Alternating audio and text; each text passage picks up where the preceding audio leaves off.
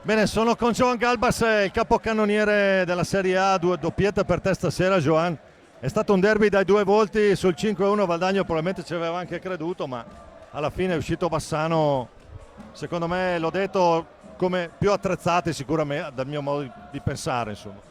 Buonasera a tutti, per primo. Vabbè, dobbiamo dire, credo che i primi 5 minuti abbiamo dimostrato un po', i primi 5 minuti della partita e poi tutto il secondo tempo credo che abbiamo dimostrato un po' la squadra che siamo, ma abbiamo avuto 10 minuti di blackout, cioè ogni palla che giocavamo una palla persa, gol, cioè non è colpa di nessuno, siamo tutti, tutti uniti, nel senso è stata una colpa collettiva.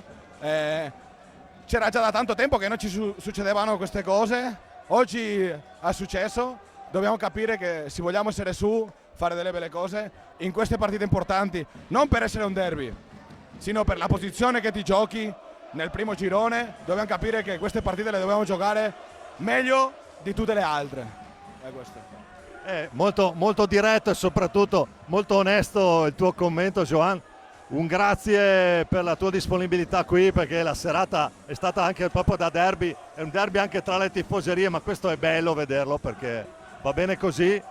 È bello, molto bello vedere e ringraziare soprattutto anche ovviamente i tifosi del Valdagno, ma soprattutto tutti i nostri tifosi che sono venuti in tanti, numerosi. Mi hanno seguito, credo di non aver mai visto una curva così piena, qui la curva sud. È importante, la gente ci crede e noi dobbiamo dargli soddisfazione. Molto bene, grazie Joan e buon 2025, ciao.